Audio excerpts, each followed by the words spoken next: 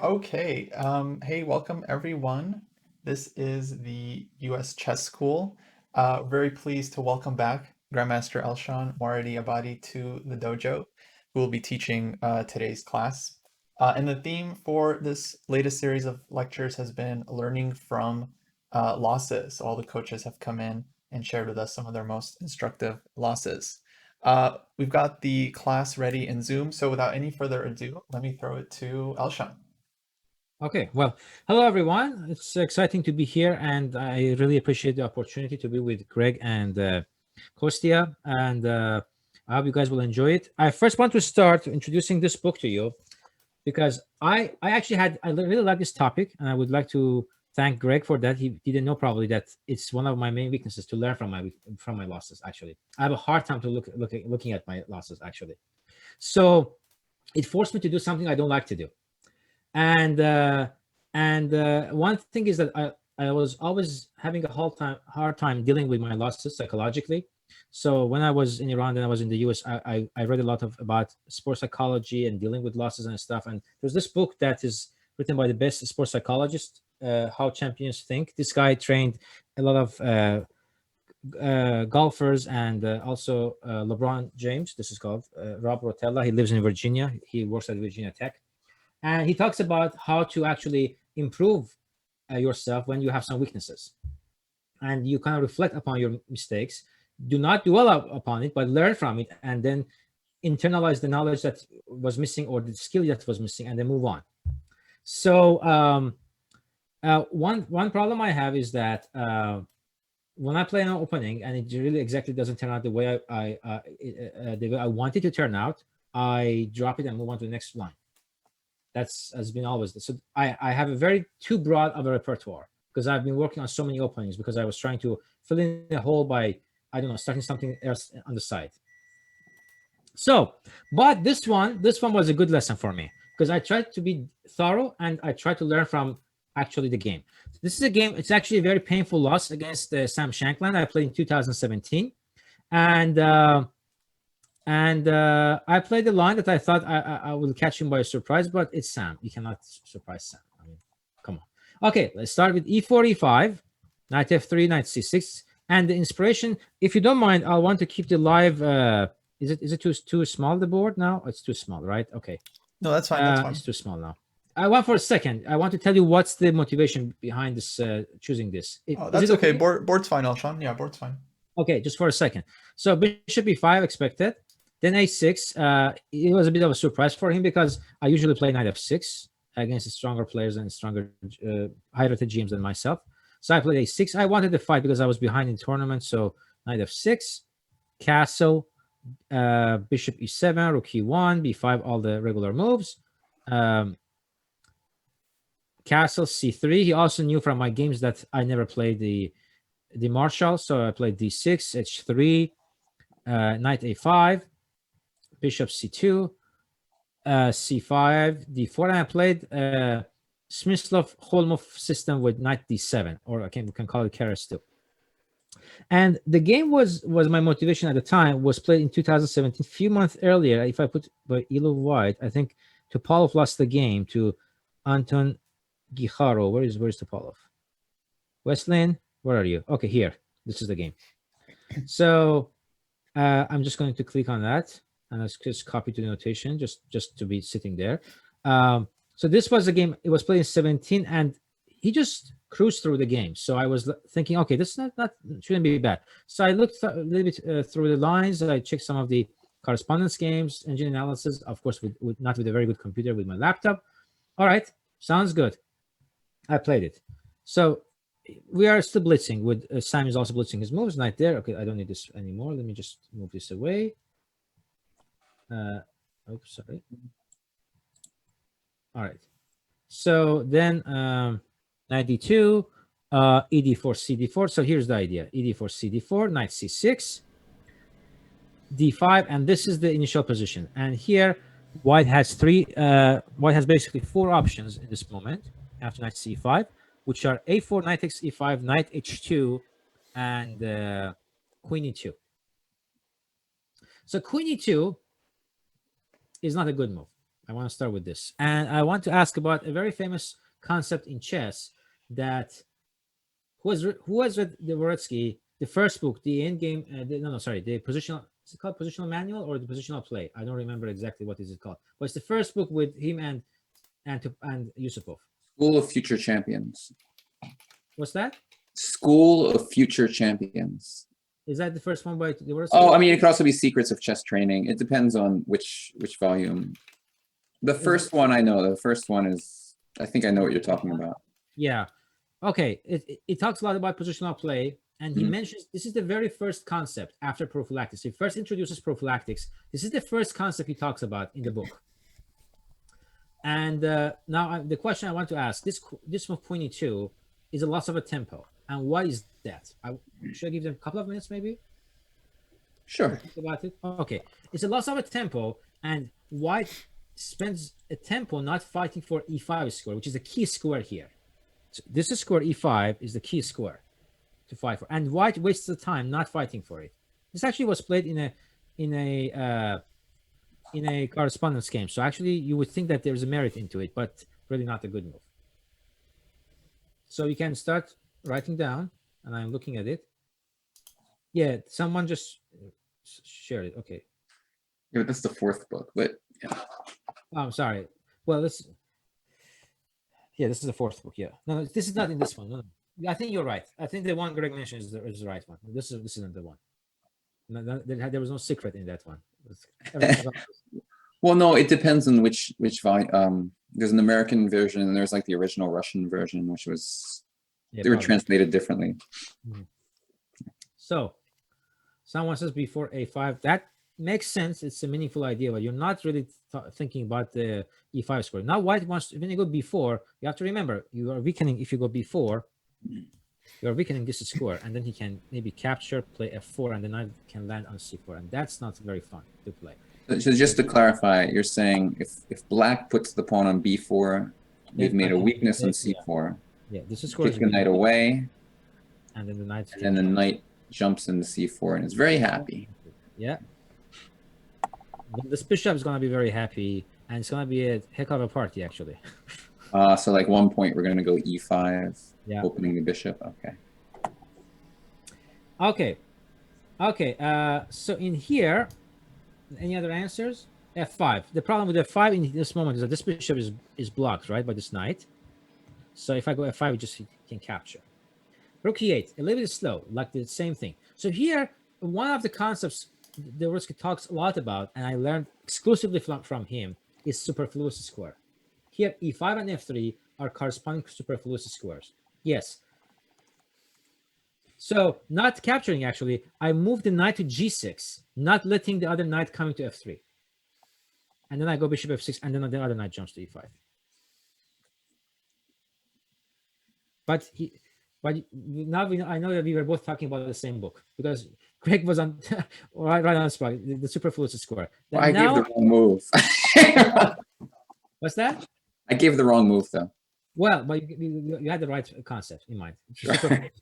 So, and then now knight must go to f1, and really after knight f1, just go bishop f6, and then you can start rolling, because there's no knight going to c4. You can start c4, knight c5, maybe, see, and then a lot of pressure coming his way. So, anyways, a4 is the most principled line. The other one, okay, here it is. After I lost this game to Sam, which is a very heartbreaking end, if we get to the end of it, if we get enough time to get to the bottom of the game, to the end of the game, I really spent time analyzing this, and I found this new idea, knight h2. And guess what? Later on, I used this as white against Naroditsky, Dania. And it was the U.S. Masters Armageddon to decide who will be the U.S. player champion of the U.S. Masters. And actually, I'm going to show you this game because it's actually an interesting game. So knight h2, bishop f6. So this was played by me, knight h2, which is an interesting idea. It's still a4 is the best move in my opinion, but this is an interesting one. Let me flip the board because we are looking at it from the white side now. Knight h2. I played knight df1, which is not good. Sorry, he played bishop f6 first. He played bishop f6, and here I just had to go f4 actually. Knight g6 and then knight df3, and then this is not, this guy's coming to g4, and this is just a very strong attack coming. So, but there's an interesting line to show here. Knight df1, rook e8, rook b1. I'm kind of preparing the move b3. He plays c4, and he was playing fast and good. f4, knight g6, knight g4, knight c5. Also, this is a late, so it's, the quality is not really there. Knight f6, queen f6, here, bishop e3.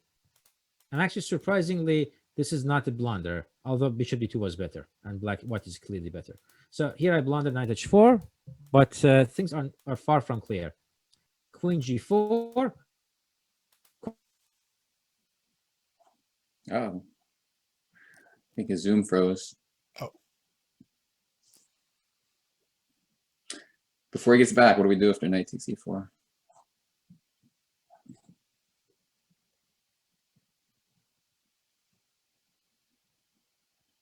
What do we do? Probably it's like bishop takes knight g3 and then knight h5. Looks interesting, right?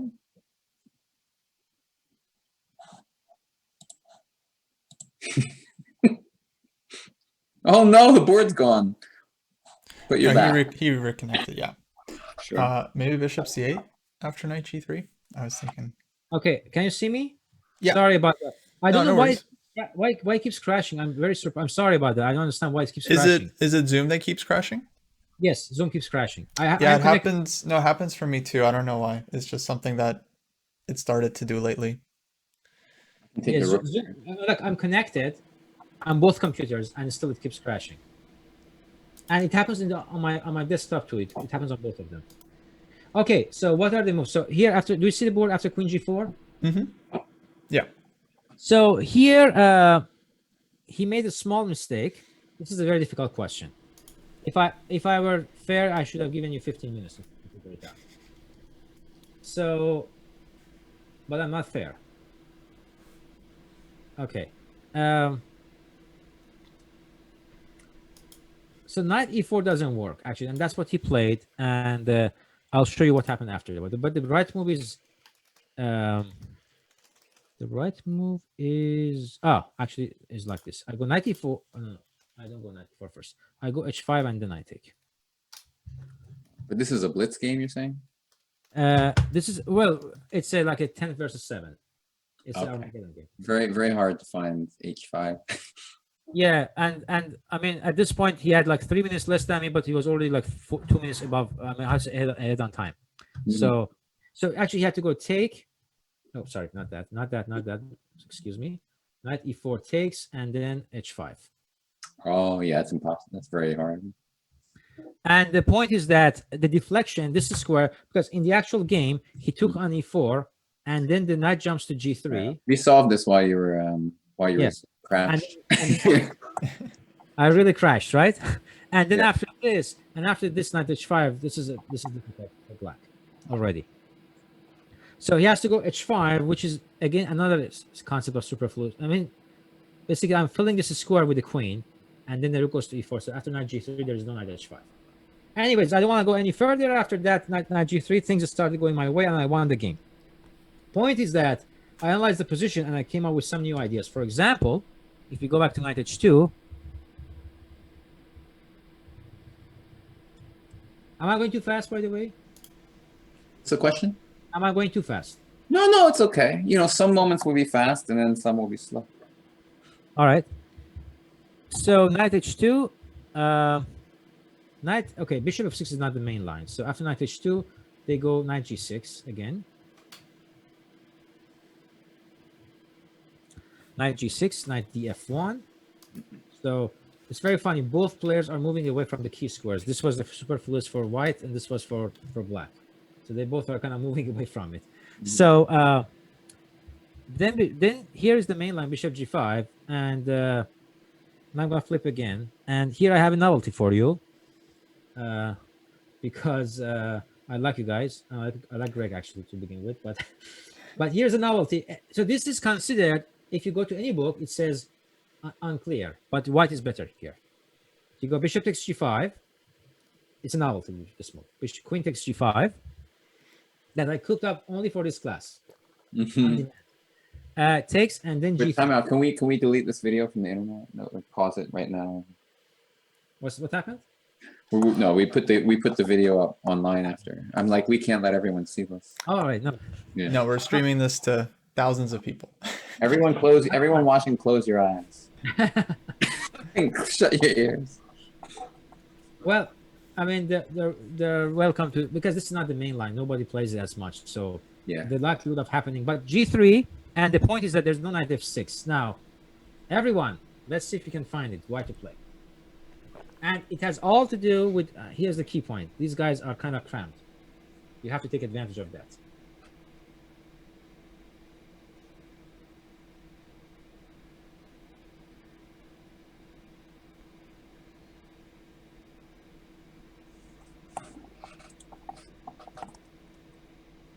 Be careful about the pins too, guys. No way. Oh, Brian, g4, seriously? No. All those holes, f4, h4. Oh my God. Okay, I'm muted in Zoom, guys, so I Guys, can you have talk to worry to about my heart Twitch. condition too, guys. If we Okay. go knight f3 Yeah. and g4, then they sack. Yeah, I'm we have an thinking answer. h4, We have knight an takes answer. You h4, want to ask f4, Daniel to talk about it? queen g6, Sure, e4. I'll unmute him. Or you can. Do you know how to do it, or do you want me to do it? I don't see. I mean, I got it. I got it actually. Okay. Daniel. Cool. So first I thought f4, but then I realized after knight takes f4, h4, there's knight h3 check, which is kind of annoying. So then you go h4 first instead, and after they take with the knight, then you can go f4, and then after queen g6, e5, and I think you should be doing some good Exactly. stuff. And if and after h4, if I go queen h5, what happens? I didn't calculate this far. Let's see. h4. Let me show you that. So he's right. If I take f4 and then here Just take the e5. queen. So, but here's the question. Queen h5.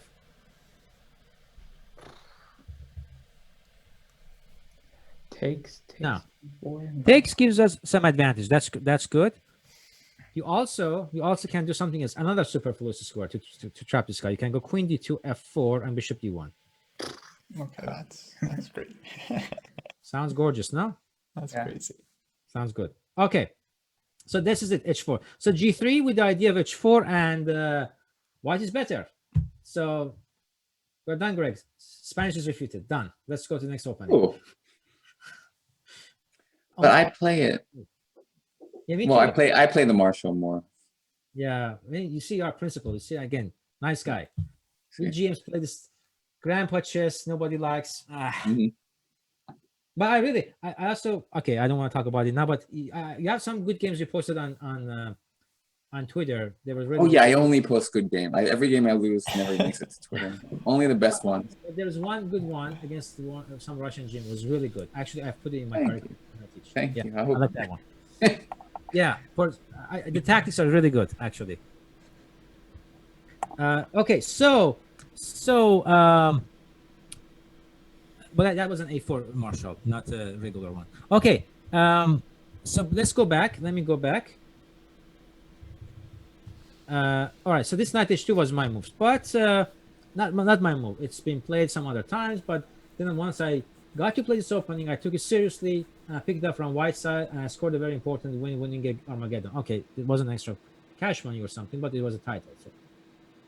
And it wasn't all going to the all the credit doesn't just go to the opening. You just don't win by playing a new idea, but it was, I think, a good thing to play. So knight e5. Another move here is to play knight takes e5 and a4 later, but that will take a long time, and we will be behind a lot. So I want to show you the end of the game. So we go knight e5 we go a4 as he played. And then here I have two choices. I can go rook b8 or bishop to b7. Just to tell you what's the difference if I take on e5 and then play a4. The difference is that if I take first and then play a4, then he has an extra option, bishop b7, which is not a good move, but it's an extra option. So better to play a4 first. So a4, and in this game, again, if I were to go through just rook b8, probably the class will be over. So I will not be able to finish everything. If you have time, I'll get back to it. I'm going to follow bishop b7, which is what I played. What's the problem with this move, guys? Someone would like to explain it to me. What's wrong with bishop b7?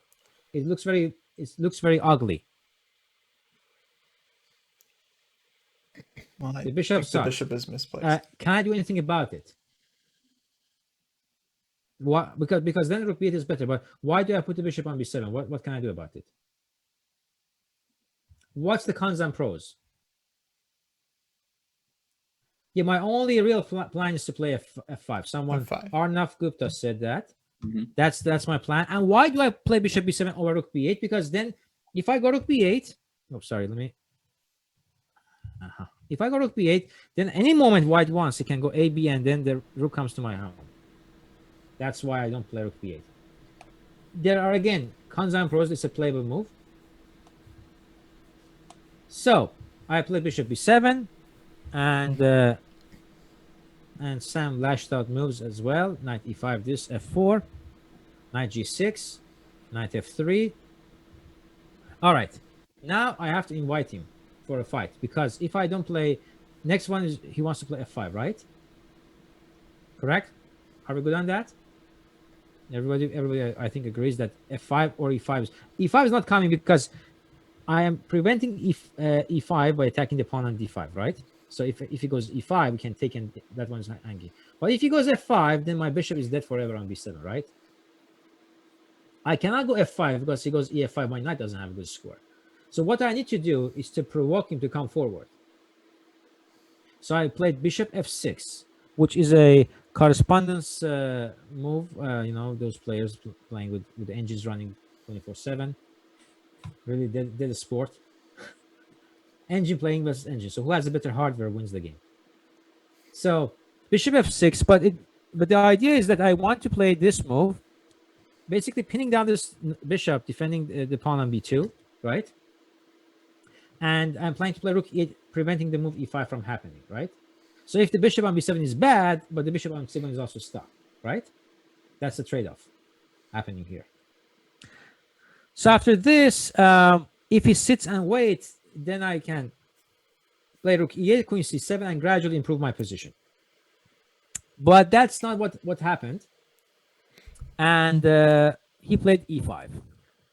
All right, wait a second. What did I miss here? All right, I'm going to flip the board from now on, all the questions from Blackstar for a while. So what has happened now?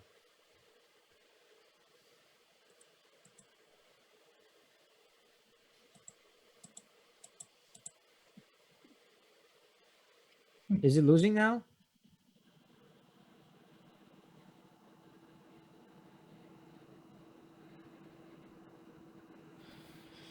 Well, e5 looks very annoying. So I see comments, and this is a very similar one. Right now my highest rated student is like 2450 FIDE. Sorry, 2450 USCF, 2350 FIDE, and everyone here gets frightened. Okay, Royal Buchanan. I'm sure, is that a name? Yes. I'm not sure. Is that okay? He said bishop e7. I would like him to elaborate, talk about why bishop e7 is a good move. Well, Here, I'm gonna unmute. Real, do you have a mic? I can't remember.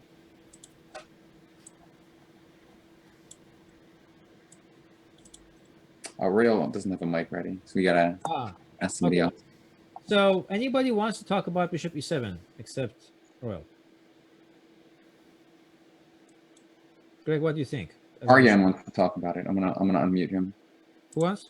Aryan? Okay. So after bishop e7, quite unfavorable to play e takes d6 for white. It's so you're saying, are you for bishop e7 or against bishop e7? 4. All right, and why is that? Because If he plays e takes d6, then bishop takes d6, Okay, and I understand. Well, what about d5 is E6? weak. Well, what about if he plays E6? E6, then f takes e6. And then all the pieces are going to be open. So the reason I've asked this question, it seems like kind of obvious. I have to go back. First thing is that a lot of time when we play, we have a hard time playing a move and going back. For example, you go bishop b5 and you put the bishop there. If they go, I don't know, bishop b7, people go a4. They want to keep the bishop there. They have a hard time with the concept of going back. And for several reasons, we have to do that. And going back doesn't mean that you kind of did something wrong. Things changed, then you have to do something different. So this was what I call, I mean, it makes sense what I call it, but I don't know if there's an actual name for it. A provocative maneuver. I'm trying to drag him to kind of invite him to play the move e5, which kind of loosens the base of controlling this square, right? This was a power move before, and now it's not exactly a power square. It's now under attack. So after moving bishop e7, okay, I understand that both bishops are open. The center looks very dangerous, but d5 and take on d5 is a threat now. Okay, someone asked about, yeah, that's a good question. If I go bishop h4, yeah, I just can take and then just play bishop e4, queen f3, and gradually improve my position. When you're under attack, it's very important to preserve your two bishops. And it sounds maybe weird because, okay, I'm not saying to do that. You're under mating attack, or preserve your two bishops. No, not like that. But if you can, because at some point, because your opponent is overextending, the game may open up, and then you can use your bishops in those situations. All right, bishop e7 was played. We're still in theory. Actually, the theory hasn't ended yet. It just has begun. So, and then you play bishop e4. Okay. Black to play.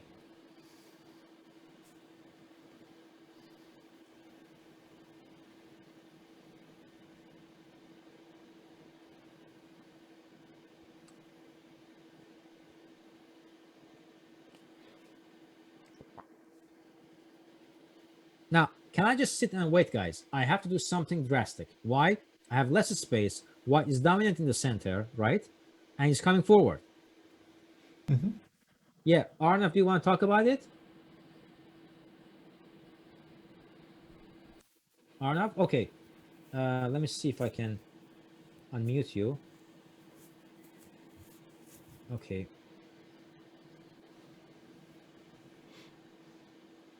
Who are we unmuting? Arnav? Arnav, yes. All right, I got it. Okay, I got it. Okay, actually, this one I did actually. Okay. Okay, Arnav, I'm listening. So when you play f5, either the bishop on e4 gets kicked back, or the bishop on e7 gets active on f6. Well, he cannot go back, right? Because you take on e5 and take on d5, correct? Oh, right, yeah. So he has to do en passant. He has to en passant, which means that, oh, his center is gone. His center is gone, and my bishop sits here. How? That's good. That's very good. Okay, now you can mute, and then you can continue from here. So takes, but now the setback of putting the bishop on b7 kicks in. And that is the fact that he can play bishop f5. And look, now he's planning to put it on e6. I cannot play bishop d4 check because he just take it and defends the bishop. So he plays there, and now he's planning to put the bishop on e6. So now I have to kind of fight it. So I play bishop c8. He goes bishop e6 check. Now, to take or not to take, that's the question. Another question. Are we afraid of this move? Bishop takes g6, h takes g6, and a takes b5. We're not. We go bishop b6, queen b6, and we have all the compensation. Now, we gave up one pawn, but look at, now we preserve the two bishops. Look how they become active all of a sudden. Looks good. So, for sacrifice pawn, we have a very good compensation. So he played bishop e6, of course. And at this point, guys, we're on move 23. How much time do you think I have? How much time Sam had? And it was a 1 hour 30 minutes game with 30 seconds increment. Can you guess how much time he had? How much time I had? No time. 5 minutes each. I have no Yeah. idea. I had 1 hour 36 minutes. Sam had 1 hour 45 minutes. So we just had accumulated time. Now we're just kind of putting time on. We're just punching the clock. So I played take stakes, and I played b4, which is a good move because now he wants to take and take on d6. So this is a good move. I played b4. Then Sam played this, and now here's the end of my theory. But Sam again played another move, g4. He was 1 move ahead of me. He played the move g4. Look at this. This looks like a Christmas tree, but with two different colors, huh? Kind of, not exactly. Okay. You need a pawn on a3. Yeah, I need a pawn on a3. Yeah, you ruined it. Sam's fault. He had to play a3 instead of You could go rook to a3 next move. Yeah, I wouldn't mind that, do I? So, all right. So g4. Now, here I spent 40 minutes and I blundered. So expecting everyone finding the move is not fair. It's a very complex position. Well, let's give everyone 45 minutes to think I about it. think that's a great idea. Yeah. That's a great. But I wanted to say one lesson I learned from this game. Lesson number 1: knowing the theory isn't enough. You have to know the final position of your theory and play training games in it. That makes you an expert in the position you play. I had seen this position 2 days before this game for the first time, and I thought my analysis, 2 days analysis, was good enough. Maybe it would be good enough to play, I don't know, online game or against the, I don't know, some players my level.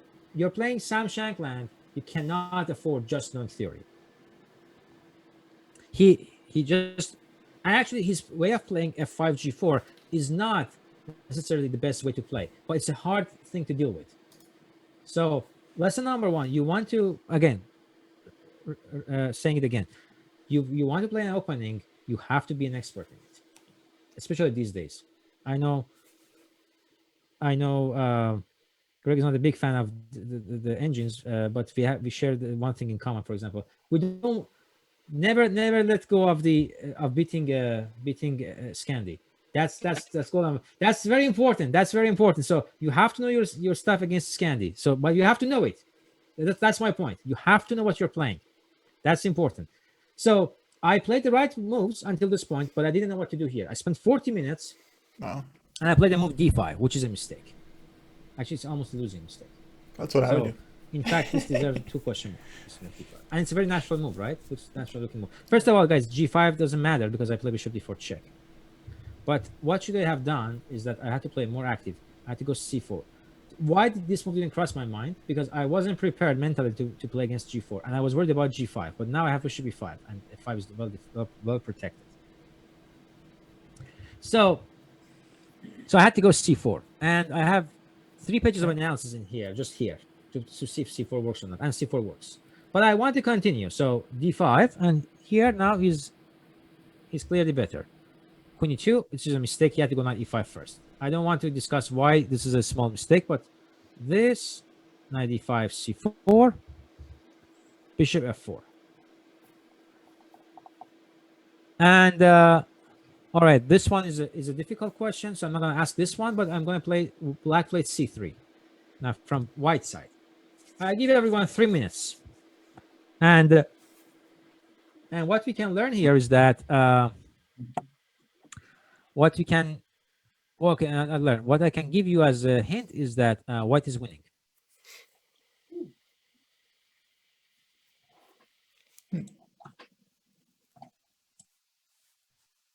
Yeah, I'll give you 3-4 minutes on this.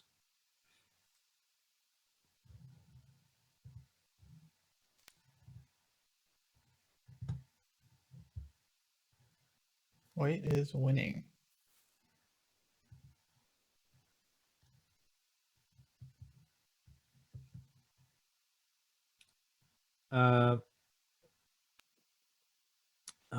Keep looking, guys. Keep looking. It's a difficult one. I mean, Sam missed it, so it's gonna be difficult then. Yeah, tell me about it. It all has to do with the fact that the bishop on f4 is not protected. Right.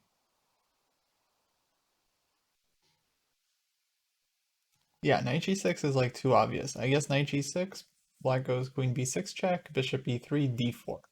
If you guys give me a line, I see some of the players mention the right move, but I need a line. If you can write 2-3 moves in a row, like not just one move, then I can kind of consider your answer and you can talk about it.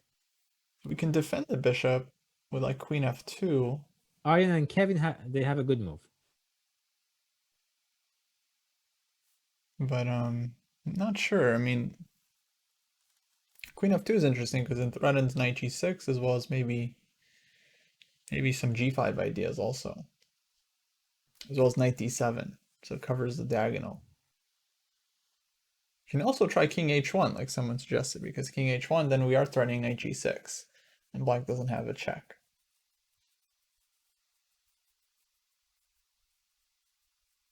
Daniel, your answer is close. There's a Really sharp position. I don't know. yeah. So Daniel has already talked about it. Kevin,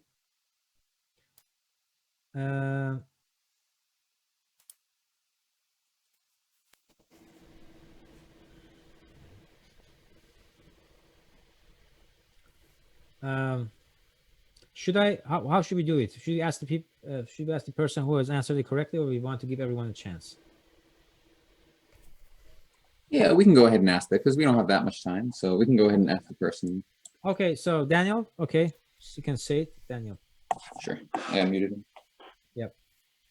So I thought the move was queen f2 just to protect this bishop, so we have some discovery tricks. Queen f2, nailed it. Tactic. And queen Nailed f2, it. guys, not only defends the bishop, but also covers all the Yeah. checks. You see that? Exactly. Okay, keep going. And then I thought Let's see c check b2 and rook d1 because we don't really need to take this pawn. It's not important right now. It's So not maybe- important, but you can I drag didn't my rook away. calculate But so this. just put it here. But the rest of it, what you Rook say is b1. correct. And after Yeah, rook rook b1, what's happening? Easy. What's my Maybe threat? better. And then I said queen d8 because there's nowhere else to go for the queen. Okay, and then 97, correct? Yeah. And then you take the bishop, bishop e5, take on b2, and your pawns will start rolling. Exactly. Okay, good, very good, very good. You can mute it, and then yeah, that's how he could just finish me off. Wow. So, but that's not what happened. So BC first, that gives me this extra score for my queen. That made me happy, and then he played queen d3, which is really not a good move. He still could go queen f2. Now I'm back in the game, so I play rook c8, and then he kept. I mean, he had to go rook c1, just making sure that he keeps the pawn at bay. So, but he played bishop g3, which is still an okay move. It's not like losing, but it's actually it's a bad move. It's a bad move. It's a waste of time. So I went c2, and now there's no knight d7 because I go queen to b4. So I play rook ac1, but that one is a little bit too much now. Now, this is the only part of the game that I can be proud of. So I'm going to flip the board. Now, 3 moves. I just asked you what is winning. Now I'm asking black is winning. Black is winning. So we make a ton of blunders too. Now here, black to play. I'll give everyone 2-3 minutes, so then we'll have time to wrap it up. But this is a brute force tactic. This is everyone can see. Okay, brute force tactic, guys. We got this. Easy. Forcing moves. Let's go. Let's go.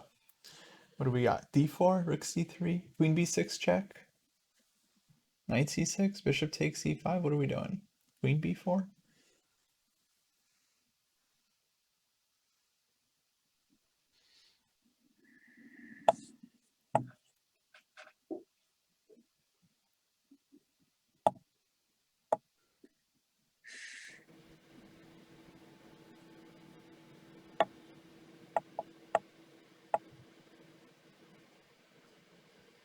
Bishop h4? Is bishop h4 a move? Doesn't really feel like it. Now with the pawn on c2, you also have to think about the fact that the king is not that safe. So you can combine the fact that the pawn is well advanced with some tricks against the king.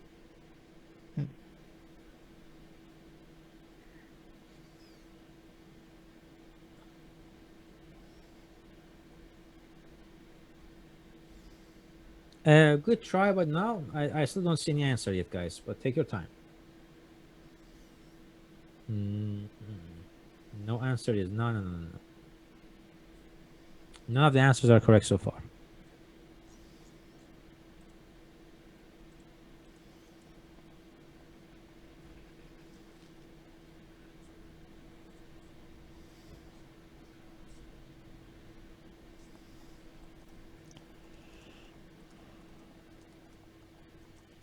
No answers right so far, and this is a very important one, because the right move is +4. The second move is white is slightly better.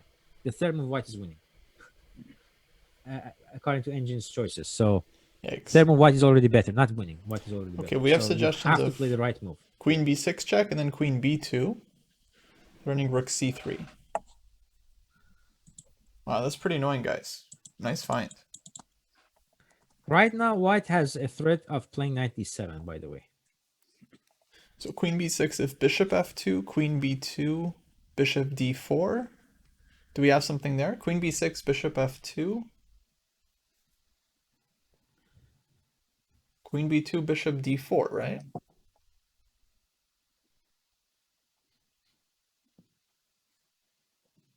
Troy, you came kind of close, but no, your line is not exactly right. But you kind of have a good.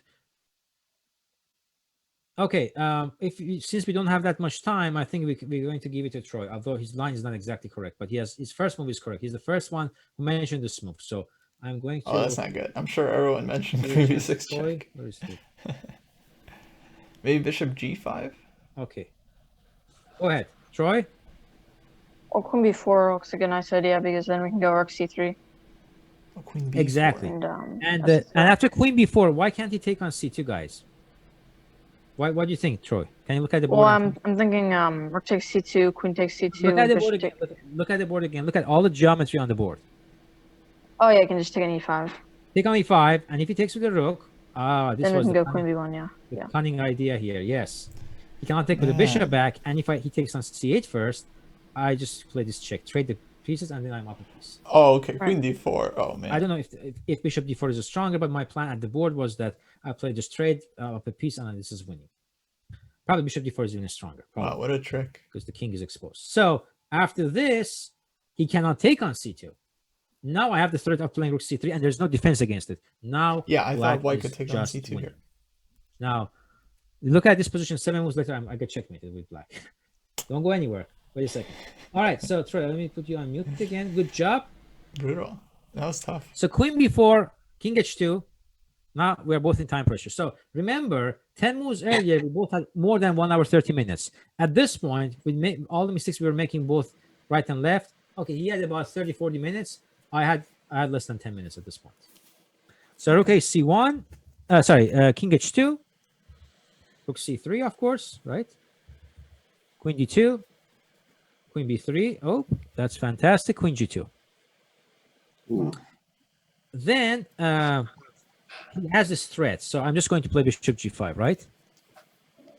Knight d7, and why not Rook f8, huh? Well, first of all, I don't even need that. I can just go d4 and just push the pawn. But okay, Rook f8. I'm in time pressure, and now Rook f8. 3 moves to go, and I have like a little bit less than 5 minutes. Rook f8, and he plays bishop e5. Okay, here comes the tragedy for me. But before that, I want everyone to prove that how much better you are than me. So black to play and win.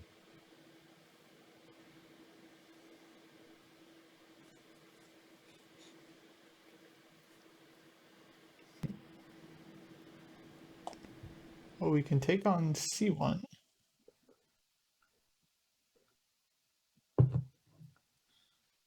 I mean, bishop c1. If bishop takes c3, we have bishop Okay, f4 I didn't lose on check. move 40. I lost on move 42. But it was the Bishop last on move c1, 40. bishop c3, bishop f4 check, and then queen takes c3. So that's good. Rook e3 also interesting. Yeah, one of the candidate good move. answers are d4, Rook d3. Troy said, yeah, that's one of the good answers. But after d4, what about f6? d4. Wow. d4 takes rook No d3. big deal. d4 f6 is the line they're thinking. Rook d3. Rook d3 is actually not Rook d3 is also winning actually. Actually, the thing is that it's so winning that even if I don't move, if I once put the position as black as white to play, it is still +2 for black, -2. So it's a it's a very winning position. So d4 works, and f6 g takes f6, that also works. But the easiest way, is just go rook f3. I like this move. Prevent f6 in time pressure, Whoa. and then play d4, and that's just game over. And just take on c1, then play d4, whatever. Rook Prophylactic f3. in time pressure. The most important thing is to stop your opponent's counterplay, especially when there is a threat. And Sam pointed out immediately after the game was over, and that's a good way of thinking. That's killer. So, That's cold-blooded. but what I did is a blunder. I went rook e3, rook takes e3, and oops, I cannot take. I had to take with the queen and make a draw. Rook c2, bishop f4, and give it perpetual. I played bishop e3, and now he played f6. This move forward. f6. Wow, what Brutal. did I do? So here I had to go queen e3. I saw a draw after that. I saw that I can make a draw if I take queen takes e3. I can take and play d4, and there's no check, and I have bishop f4. So I'm going to show it actually. Oops.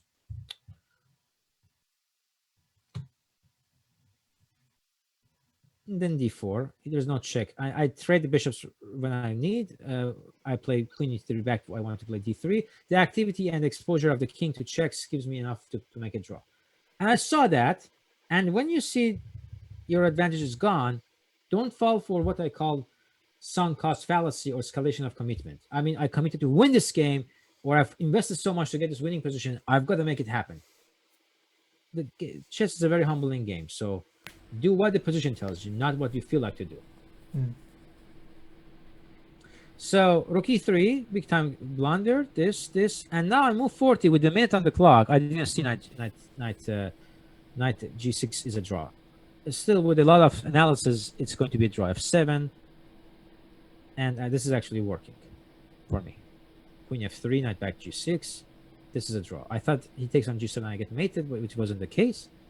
So what happened is that I took on f6, and after knight takes f6, I resigned because he just goes king f1 and I get mated. Wow. The tragedy of move 40th. Can you show us how you get mated here? Here and then here. Then knight d7 is coming. Sad, huh? Whoa. 90. Queen f7. Oh man, bishop on e5, so strong. That was tough. That was very tough.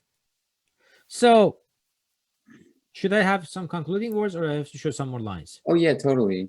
Some concluding word. Like, so what do you learn when you lose a game like this, and what do you try to do to improve on it in the future?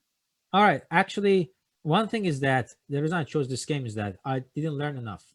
One of my main problem in chess is that I miss critical moments move. Like, I see tactics. My tactic is not that bad, but I see critical tactics. I miss critical tactics. It happened in the U.S. Championship against Jeffrey Xiang, yesterday against Andrew Tang, and in many other occasions.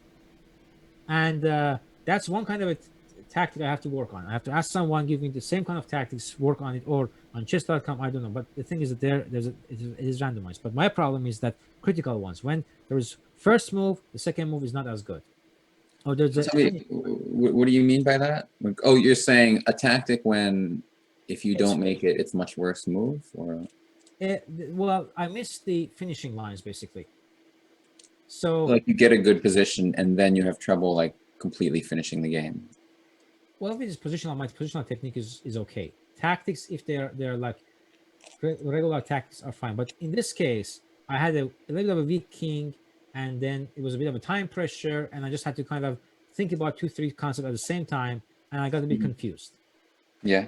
The same thing happened yesterday against Andrew Tang, and against Jeffrey. I'm completely winning in the U.S. Championship. Much more difficult, but it's still the same. 6-7 minutes on the clock, and I couldn't exactly see all the concepts at the same time. So these moments I have problem with, and it's been the case for the past few years at least. So I have to see. How much of it? One more question. How much of it would you like chalk up to time pressure? Well, in this one, it's time pressure because I I had less prep That's a good than question. Sam, so Mhm. I got 40 minutes behind on the clock. Hmm. Can I ask a totally another question? So the move where you spent 40 minutes and it turned Great out you game. didn't make the best move anyway. Do you feel like you should have spent less time? Yes, Okay. and I had to play it intuitively.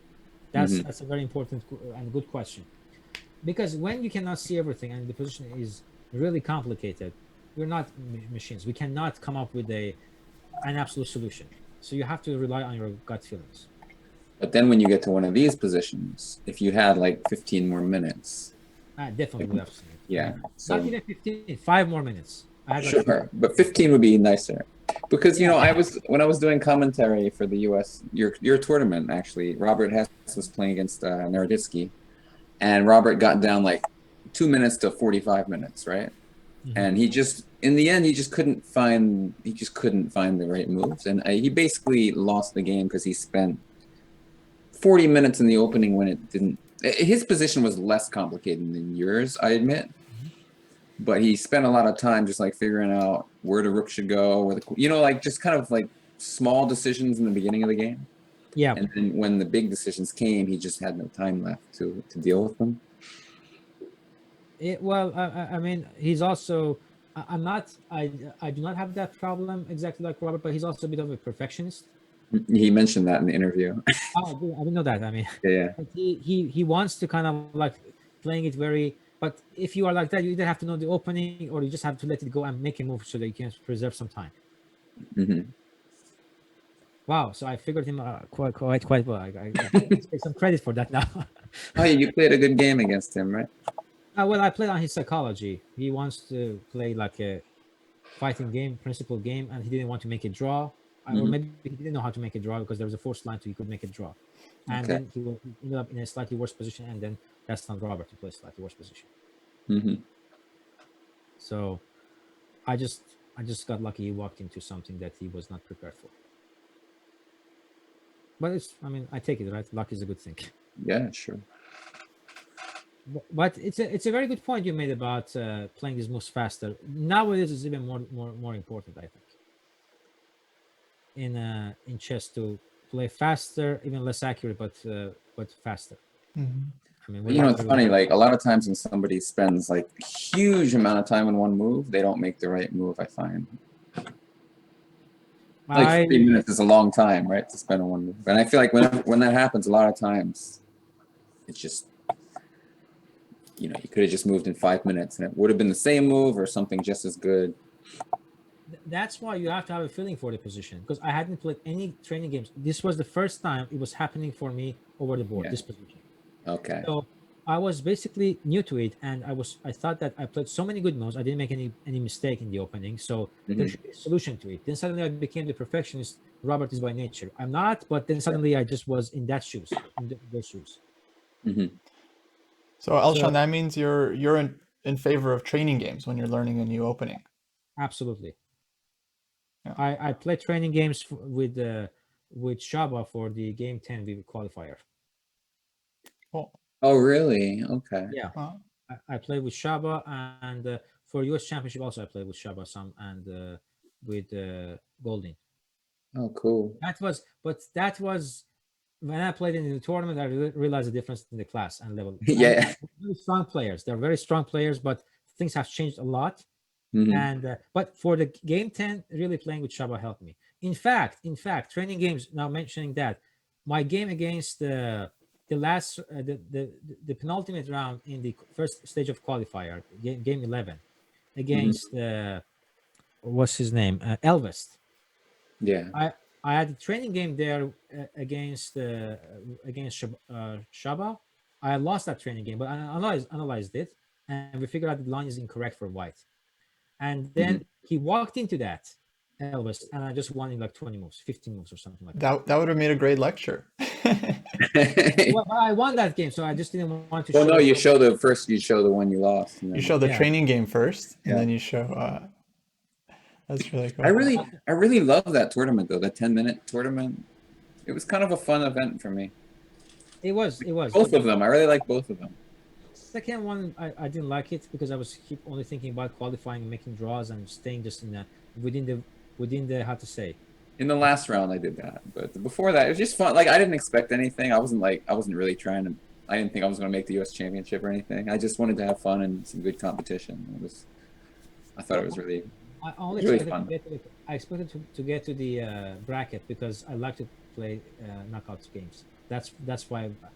I don't like it. I don't like to know who I'm going to play beforehand. I just like some random opponent to appear. So I like because when I'm playing, I know I'm playing you. I'm like, I know you're really good, and maybe did you prepare for me even? I did, of course. Yeah, it's just annoying. I don't like preparing. Okay, I can understand that. Yeah. You want to know your openings and play them no matter who your opponent is.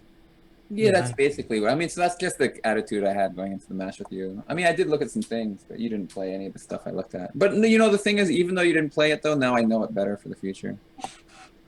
Yeah. Like I looked at your Queen D8 French and like, you know, some Tory attack stuff. Yeah, I mean, I had this one prepped for the U.S. Championship, but it never kind of popped up. So. Mm-hmm. And the Petrov is like, I hate the Petrov. I don't have a very good feel for it, you know. Yeah, but I mean, I looked at because I was better, and I don't know that. According to the engine, I'm like much better at some point, and I just don't feel it during the game. I didn't feel that I was better at all. Yeah, it's kind of very odd, but you know, I really prepped Petrov very good. I mean, I have to say, it's very unfair of me. I mean, for a 10 minutes game, guys, I spent like I looked at all of the Petrovs Greg played in the past 20 years, really. Totally, but you know, I got a good position. I just don't have a good feel for that opening, but I'm gonna get it eventually. Well, that was the whole point of choosing it. I don't play Petrov. I only play on your psychology. But so then you didn't have the good, because that's probably why I came back and got a decent position, because maybe you didn't play it that much also. Yeah, but it's still, I mean, your advantage didn't cross like 0.50 or something on the engine. Like I was always on the safe side. Oh, I saw it was like +1 somewhere, but maybe just for a moment. For a moment. Okay, I'll double check again. I could be wrong. I don't know. But now I know what to do against you. You know, takes a lot of games in that opening because not that many people play the Petrov against you, and then when it's actually like a really complex opening with so many different lines, so it's like, yeah. Pain again, that was a risk I took, but I thought that could be an annoying choice for a game like this. That's why. Oh yeah, super annoying. So yeah, I mean, I played on that, but you know, when you prepare, you have to take it seriously. I checked your games in chess.com too, actually. Yeah, of course, me too. Well, I mean, like I kind of downloaded the games. Yeah, me too. I got database of 1,000. Your last like 600 chess.com games. Yeah. But it's okay because it's good because I learned the two lines, especially the opening you played with white. Like now I have a much better feel for it. Like I had a fine position. I just didn't know what to do, and I let you crush. I mean, it was a terrible position. Oh my god! If anyone saw this, it was the worst chess position anyone's ever had. I had it. It was the worst. You missed the cheapo. I would say you were okay, but you missed the cheapo. Yeah, well, it was a positional cheapo. Yeah. I want to show. How do I move the? Can you show that position I had just because like so people can laugh at me real quick? Oh, please. Yes, it was so bad. The position, just the end. Just well, you can make the moves on the board. Make the moves real quick. I mean, I kind of remember from this moment the position. Okay. Oh my god, this position was the worst. I was like, this is not a good way to start the match. Wow, this was a Petrov? No. No, I'm black. This is like gotcha. Neo Grunfeld or something. You know, it's funny. I actually beat Nihal Sarin in a blitz game in this line, but I saw that actually. Yeah, but he played a different thing. Okay, that was on Lee Chess. Actually. So yeah, this is the moment, and so I mean, I should go Queen D6 instead of Bishop D7. Yeah, then this is what happened. Oh, Knight A5, terrible move. So bad. There's no bishop here because of this, and then after, and then you played here. Goes. Actually bad. I had to take first, but okay. This takes F6. I think you played there, back. Then the point you get the pawn to E6. Yeah, then take the And then what Oh. happened here? I forgot. I don't know. I just know that your pawn goes to e6, and that my bishop and rook are like dead. Yeah. That's so bad. Yeah, the pawn ended on e6 here. Here I play e5. But this Maybe is I don't remember how I did it. I mean, obviously I'm already lost. I was maybe black. I just took first. I don't know. Take, and then you played knight c4 again. I kept like letting you attack my knight for no reason. Maybe something And like then this. Yeah, and then the pawn went to the pawn. You played back. You made this one back and forth several times, and then you played back here, and I would play e6, something like I that. don't know if it Oh, was no. exactly. I don't know if it exactly. I would have taken No, an e5, right? No, you would take no. Yeah, you couldn't take on e5. You couldn't take on e5. Yeah. Sorry, my memory is bad. So It's okay. The point, I think everyone kind of understands what happened. Just imagine a white pawn on e6, and then the bishop on f8 and h8, and it was bad. This cheapo was the Yeah, but I should say I saw it as soon as like we started taking things. I was like, oh my god, this is going to be bad. Yeah, I misplayed the opening. I messed up the move order, so that's very common. That's another problem I have with my openings. I prep something, I thoroughly look into it, but because I need to play training games in them, I kind of forget them, and then this was my training game in this opening. Because it did help me a lot, because like I looked at this e3 move is not very common, so I like looked at all the different ways white can set up pieces, and now next time I'll be a little better prepared, a little bit. I mean, the fact that you can play Grunfeld is one of the openings. I mean, enviously, you can think of yourself that you're a very good player, because I cannot play Grunfeld. I tried it. I just can't. I mean, I have decent result in it, but it's all because I kind of somehow swindled my opponent somehow. It depends on I mean, it fits my style pretty well, I think. And I decided I'm going to play it forever. I'm just never going to switch. So that way, at least I'm going to keep learning. Every time I lose, I'm going to learn something, and it's not going to be erased by switching to some new opening. Yeah, that's a very good way to do it. And I just couldn't do that with Grunfeld. So that's one opening I cannot play. If one day I can play Grunfeld, I would feel so good. Yeah. But that's one opening I cannot play. I believe in you. I think you can do it. I'll try to give it a shot at some point. Yeah. But thanks so much for the lecture. Questions from I think someone raised the hand at some point.